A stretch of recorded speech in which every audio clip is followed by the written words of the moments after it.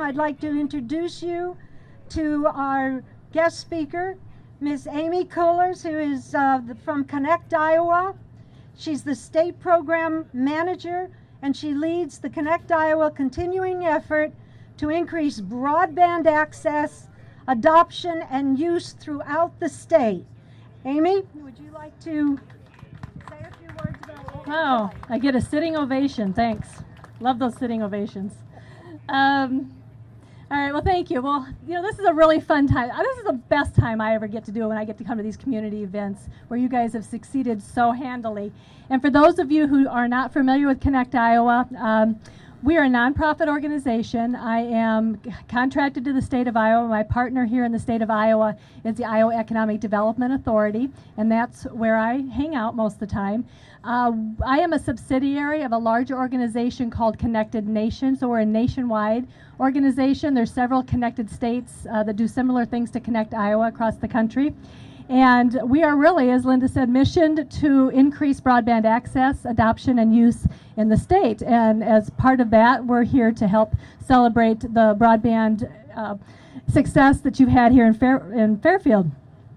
Just real briefly, some of the things we do besides the community planning is we're the state's broadband mapping entity. Iowa has a lot of broadband providers. We've got about 200 plus, and we work with those folks. We get their data and we submit that to the National Broadband Plan twice each year. So we do that. We do business and residential surveys on broadband. We just released last week our 2014 business survey results, and have found out that we have about 81% of our businesses that are online, and I'd like to see that number get closer to 100, so we still have work to do.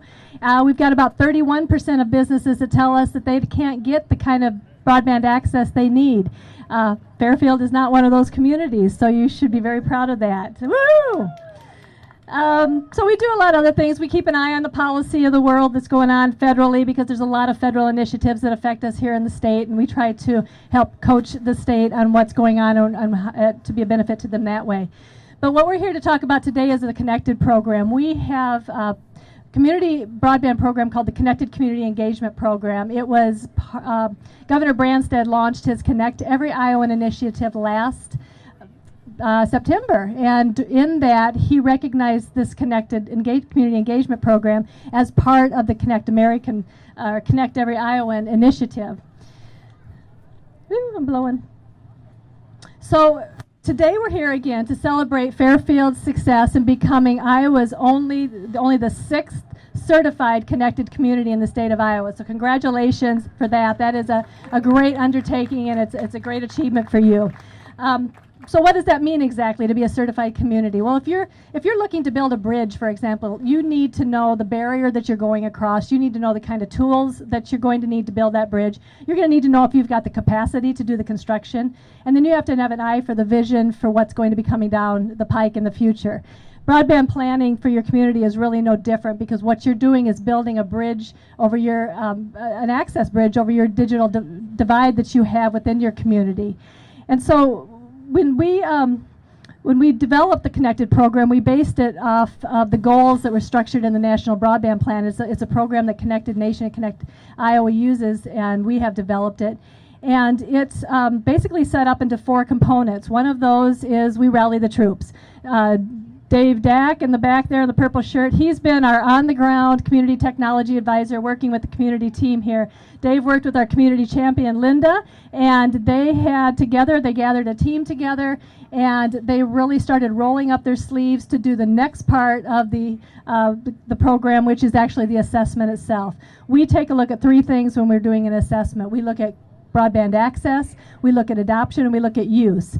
They rolled their sleeves up. They figured out what was going on access-wise. Your providers, how many do you have competition for your providers? What do your speed tiers look like? What kind of platforms are we running on? So a lot of different things we look at under access. Some people stop right there.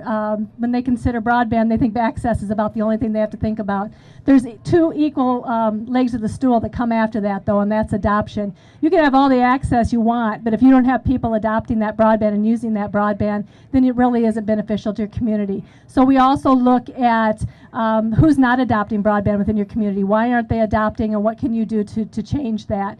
And then we look at the uses that you've got, that maybe your government and your healthcare and education, economic development, what kind of uses do they have that your citizens can tap into and your businesses can tap into.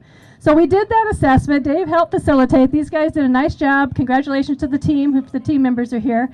So we did all of that, and then once that data collection is done, we score this. This is a certification program, and we score those results in an online portal that we've developed.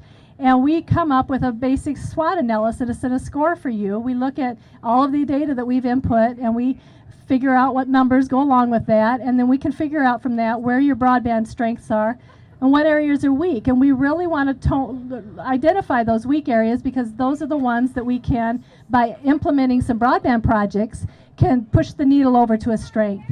So we've done that. We look at those weak areas, we look at the whole package, and then as a team, Linda and crew came up with some priority broadband projects that they're going to implement in the community to help maybe move some of those weaker areas over to those strengths.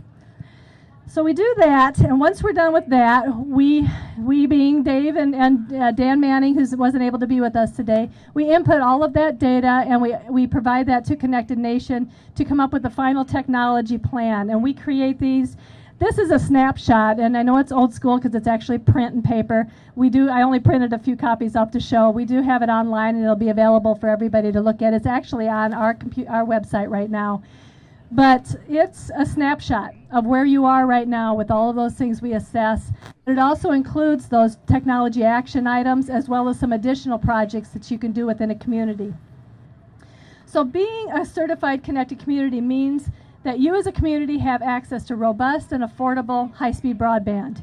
It means that you promote broadband adoption through digital literacy, education, broadband awareness campaigns, and it means that your community offers a wide variety of uses for your citizens and your businesses to tap into. So by becoming a connected community, Fairfield has demonstrated that they have access at this high level. They scored out of a maximum of 40 points. You guys hit it out of the park. You got 40 out of 40 points for access, so awesome. When we look at the broadband adoption, same thing goes. For all of those components that we look at, Fairfield scored again, 40 out of the 40 points. So we're 2 for 2 right now. When we looked at the use criteria, they crashed and burned because they only came in at 35 out of 40. So it's for a grand total of 115 out of 120 possible points, which very much qualifies you as a connected community. So congratulations.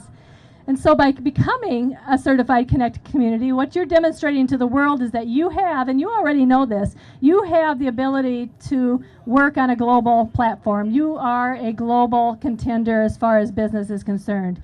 You've got tech-savvy citizens, you've got a tech-savvy workforce, you have an increased ability to attract new businesses to your community and new citizens to your community, which is hugely important. I think it was last week we got the report out of all the out-migration from Iowa citizens that are moving from the rural communities into the metro area.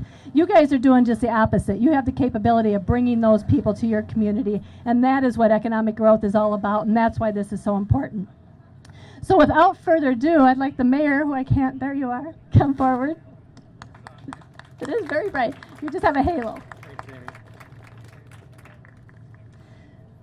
Oops, oh, sorry, it won't break.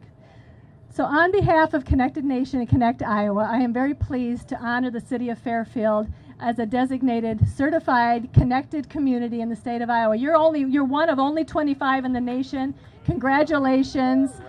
Job well done to the whole team.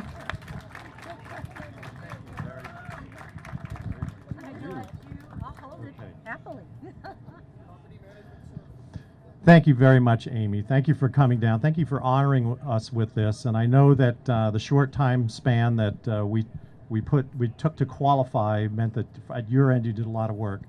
It's a very, very special award because it really does signify that the kinds of priorities that we've had as a community and the investments that we've made are attributed to our great success, the recognition that we get. As you mentioned, you know, being one of only 6 to complete this within the state of Iowa is very special. We're finding that we are doing that in many different areas as well. We are about to qualify as a certified blue zone, which would be only the fourth city in Iowa to do that. Through our Alliant Energy, we did a partnership program called Hometown Rewards, which was an energy efficiency program. We demonstrated that we could reduce our energy consumption on a community basis by 8.5%. We were the first city in Iowa to complete that program. So many different ways that we really define ourselves as being leaders in that regard. And Lisco, in its 20th year, and in particular in Fairfield's 175th year anniversary, is significant because as we look back at our history of 175 years, we tend to look at those kinds of community investments or those institutions or businesses that were formed at a pivotal point in our community's history. And when we look back 125 or 150 years, when we look to some of those early industry leaders and how long that they survived in our community, and then we look forward to where we are now, being one of the leading entrepreneurial communities in the entire nation. And we all understand that the connectivity and that the importance of that, particularly from a rural city, has allowed us to get to that stage. As a municipality, as a public official, I really want to congratulate the vision that Lance and the founders of Lisco had in developing competitive broadband here for the city of Fairfield, because it seemed as if every new innovative stroke that would come out of the ability to connect, we had access to first. And when you first started building out fiber within our community, I was talking to people outside of Los Angeles or outside of Chicago or outside of in the New York metropolitan area who didn't have access in the same way. So that is why we are able to accomplish this. And you did it in a way where, as a municipality, we didn't have to look towards doing that for ourselves. So that entrepreneurship that you demonstrated, that spirit that you showed, has really created one of the great foundations for Fairfield, and we really thank you. And we know this is just 20 years, and that you'll be around for a long time, because this infrastructure is vitally important to our progress and our future as well. So thank you again, and congratulations. And I also want to personally thank my dear friend Linda Stallone, who doesn't get enough credit for what she does to really move this community forward. And she really took the leadership on this and pushed me a few times and said, we've got to get this done before September 26th, 5th, and we did. So Linda, thank you very much and congratulations. Thank you very much. Okay. I'll give you that. Okay. I would like to introduce the president of our company, Lance Yedisberg.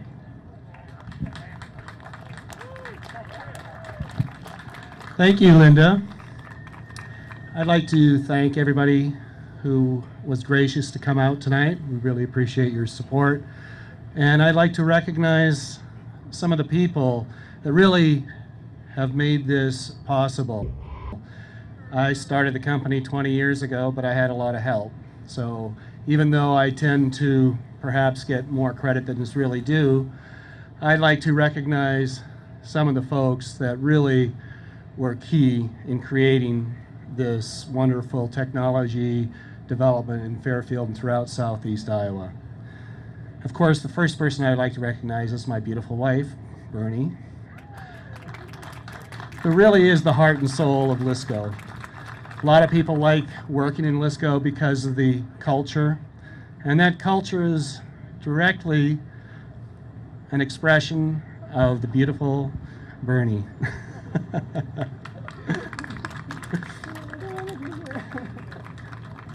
When we started the business, I ran into an old codgety kind of a guy, but who was really a true American hero. Jerry Yellen, if everybody in Fairfield knows, was a real big part of starting and helping build Lisco. He was an incredibly creative sales and marketing guy. Where is he? There he is.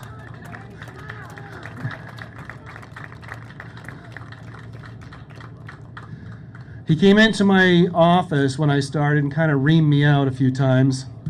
And I thought, I couldn't really do this without a guy like that. I also would like to recognize some of the other folks that have helped us in the beginning. Fraser Jones.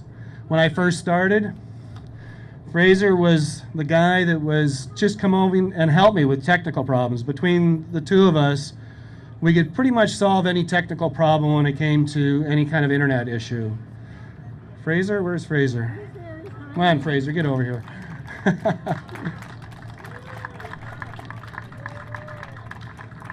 Fraser is the smartest guy I ever met, but when I first met him, I couldn't understand a word he said.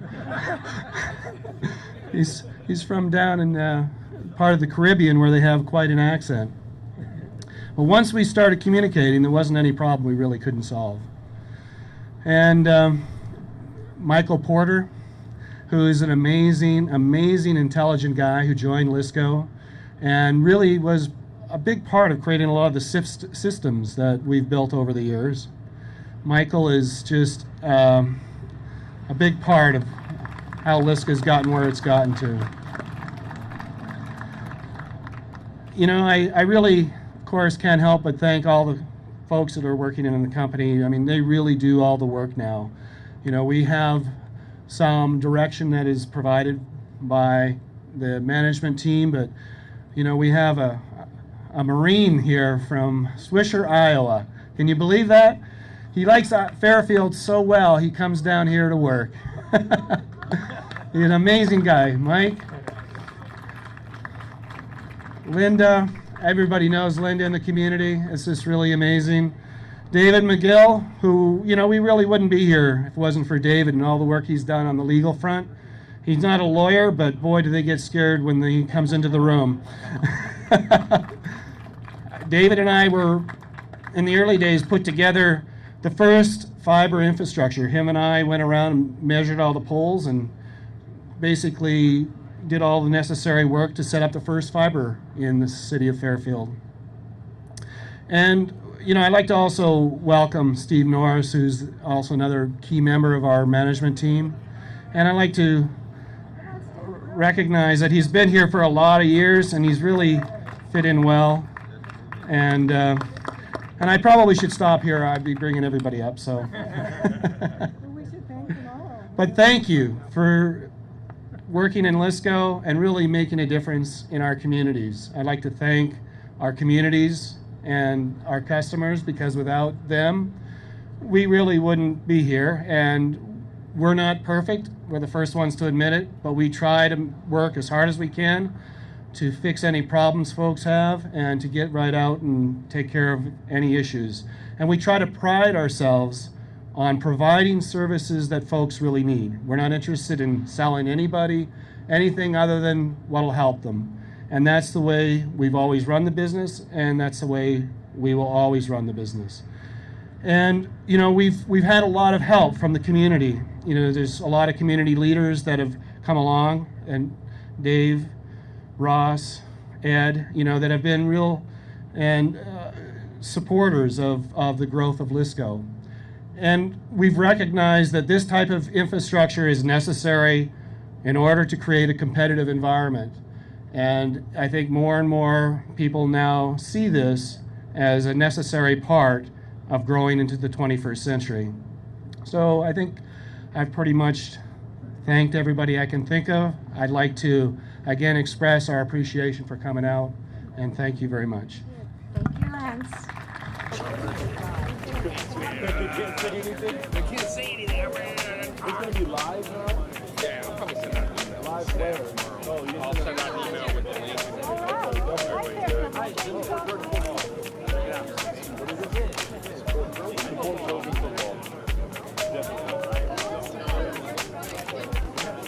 Yeah, it'll be fun.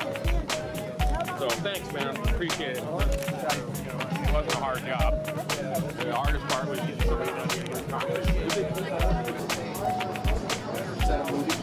Yeah.